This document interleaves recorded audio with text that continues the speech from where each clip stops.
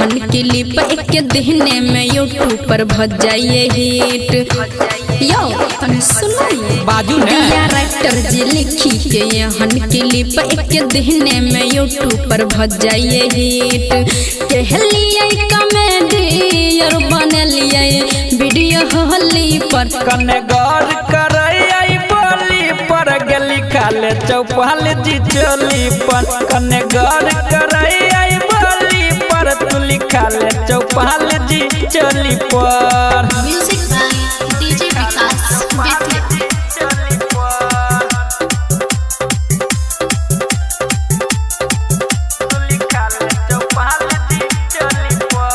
Hit है के तोरा एगो ई है तो चांस गे गायक के संगे तोरा करो पड़तो डांस गे बुझ गेली होयो नाम बहबे खातिर हम सुनो कुछ यो करबे। अच्छा कहरु ने उपाय के नया के हम बढ़बे बुझलिए। हाँ खूब है तो चर्चा गाना बजतो तोहर ट्रोली पर कनी गौर करे आई बोली पर गली खाले चौपाल जी चोली पर कने गौर करे आई बोली पर लिखवाले चौपाल जी चोली पर। Music by DJ Vikas Bettiah.